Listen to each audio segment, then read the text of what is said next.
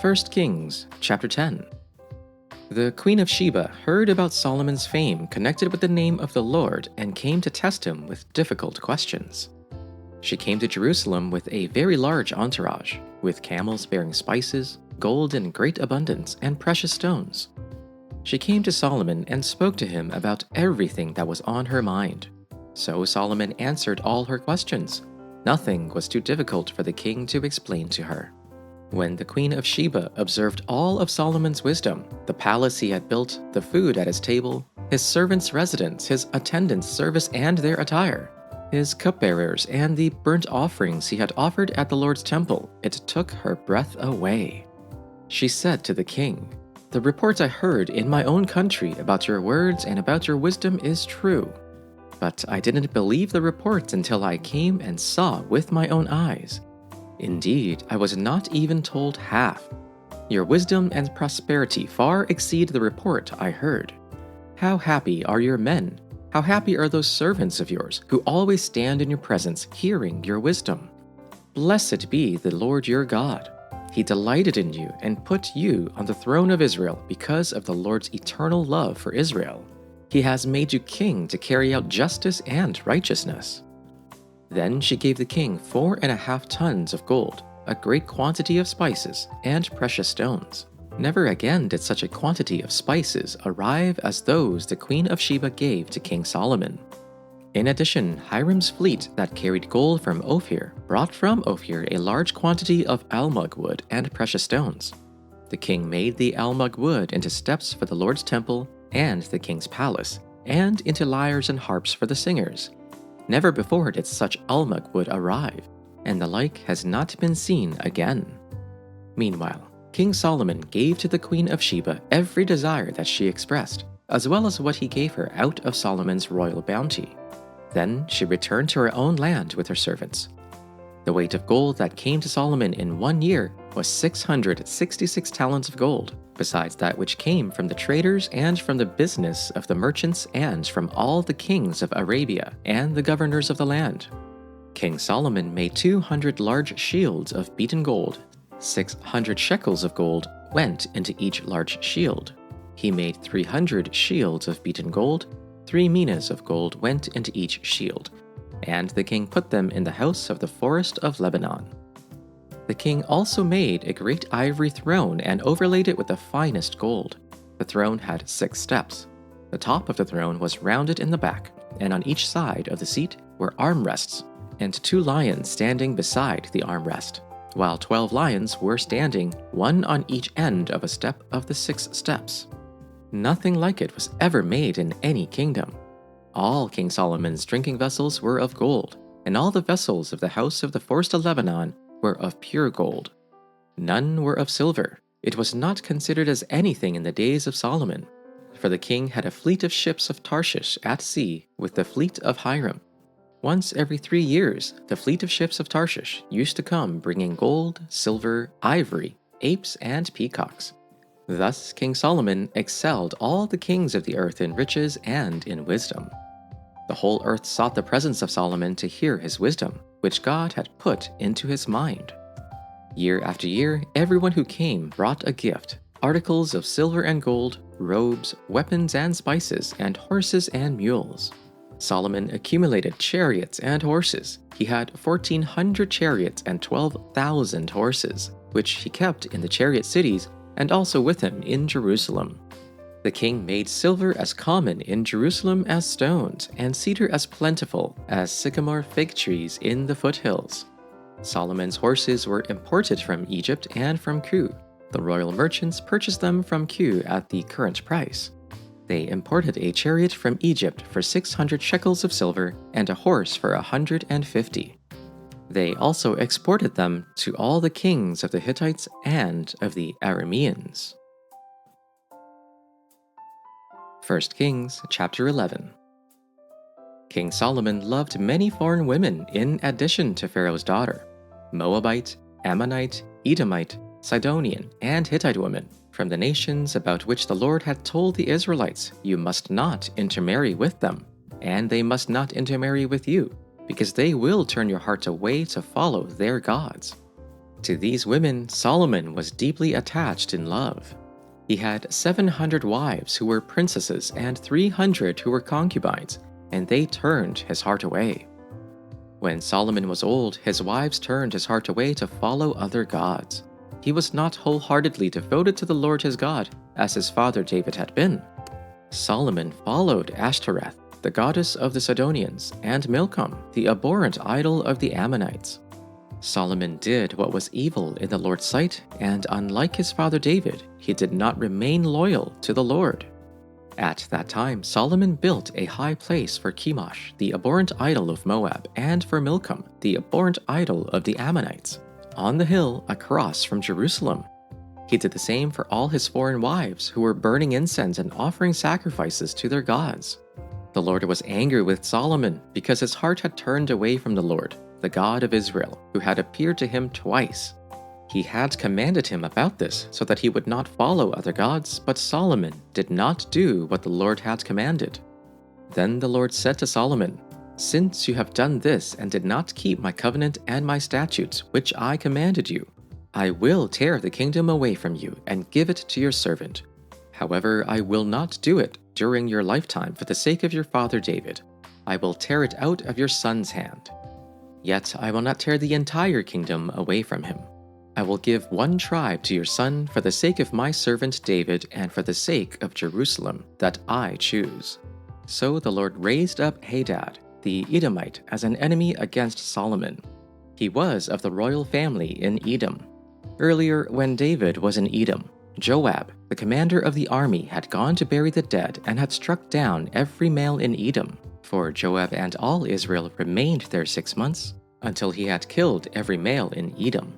Hadad fled to Egypt along with some Edomites from his father's servants. At the time, Hadad was a small boy. They set out from Midian and came to Paran.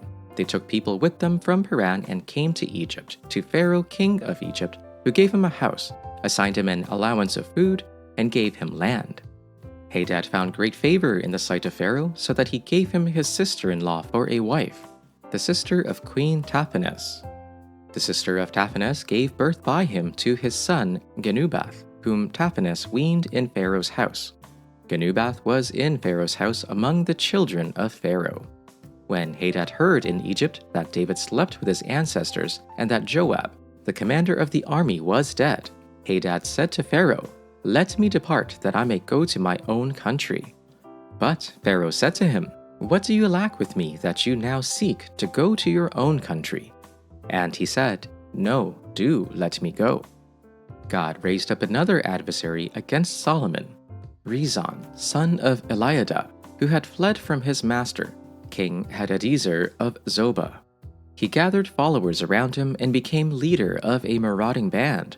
After the killing by David, they went to Damascus, settled there, and made him king in Damascus. He was an adversary of Israel all the days of Solomon, making trouble as Hadad did. He despised Israel and reigned over Aram. Jeroboam, son of Nebat, an Ephraimite from Zeradah, a servant of Solomon whose mother's name was Zeruiah, a widow, rebelled against the king. The following was the reason he rebelled against the king. Solomon built the Millo and closed up the gap in the wall of the city of his father David. The man Jeroboam was very able, and when Solomon saw that the young man was industrious, he gave him charge over all the forced labor of the house of Joseph.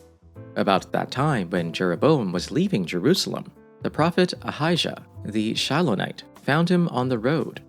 Ahijah had clothed himself with a new garment. The two of them were alone in the open country, when Ahijah laid hold of the new garment he was wearing and tore it into 12 pieces. He then said to Jeroboam, "Take for yourself 10 pieces, for thus says the Lord, the God of Israel. See, I am about to tear the kingdom from the hand of Solomon and will give you 10 tribes. 1 tribe will remain his, for the sake of my servant David and for the sake of Jerusalem, the city that I have chosen out of all the tribes of Israel. This is because he has forsaken me, worshipped Astarte, the goddess of the Sidonians, Chemosh, the god of Moab, and Milcom, the god of the Ammonites, and has not walked in my ways, doing what is right in my sight and keeping my statutes and my ordinances, as his father David did.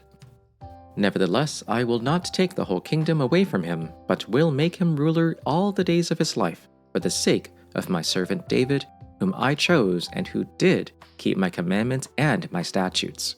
I will take the kingdom from his son's hand and give you 10 tribes. I will give 1 tribe to his son, so that David, my servant, may always have a lamp before me in Jerusalem, the city where I chose to put my name.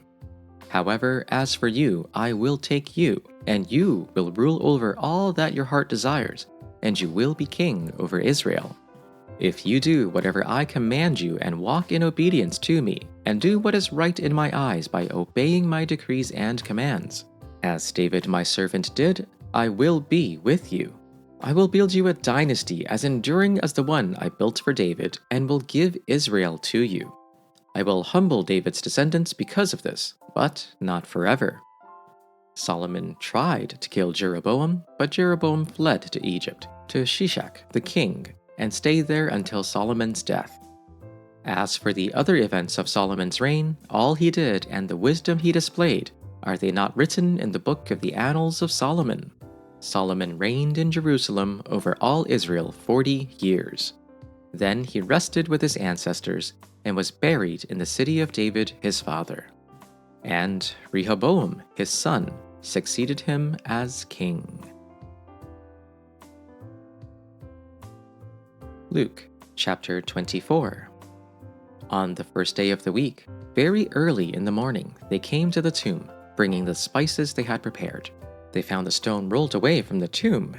They went in but did not find the body of the Lord Jesus. While they were perplexed about this, suddenly 2 men stood by them in dazzling clothes. So the women were terrified and bowed to the ground.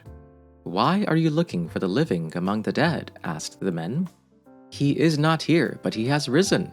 Remember how he spoke to you when he was still in Galilee, saying, 'It is necessary that the Son of Man be betrayed into the hands of sinful men, be crucified, and rise on the 3rd day.'" And they remembered his words. Returning from the tomb, they reported all these things to the 11 and to all the rest. Mary Magdalene, Joanna, Mary the mother of James, and the other women with them were telling the apostles these things. But these words seemed like nonsense to them, and they did not believe the women. Peter, however, got up and ran to the tomb. When he stooped to look in, he saw only the linen cloths. So he went away, amazed at what had happened. Now, that same day, 2 of them were on their way to a village called Emmaus, which was about 7 miles from Jerusalem. Together they were discussing everything that had taken place. And while they were discussing and arguing, Jesus himself came near and began to walk along with them. But they were prevented from recognizing him.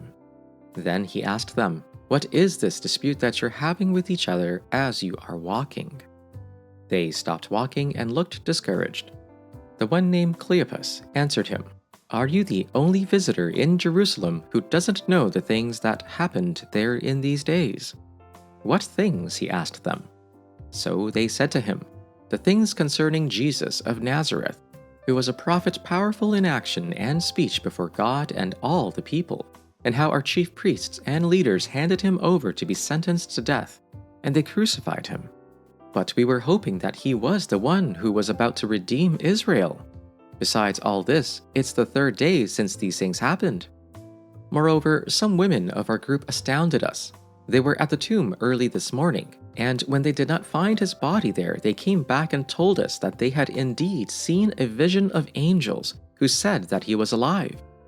Some of those who were with us went to the tomb and found it just as the women had said, but they did not see him." Then he said to them, "Oh, how foolish you are, and how slow of heart to believe all that the prophets have declared.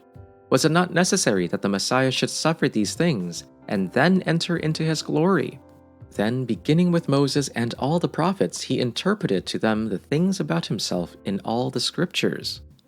As they came near the village to which they were going, he walked ahead as if he were going on. But they urged him strongly, saying, "Stay with us, because it is almost evening and the day is now nearly over." So he went in to stay with them. When he was at the table with them, he took bread, blessed and broke it, and gave it to them. Then their eyes were opened, and they recognized him, and he vanished from their sight. They said to each other, "Were our hearts not burning within us while he was talking to us on the road, while he was opening the scriptures to us?" That same hour they got up and returned to Jerusalem, and they found the 11 and their companions gathered together. They were saying, "The Lord has risen indeed, and he has appeared to Simon."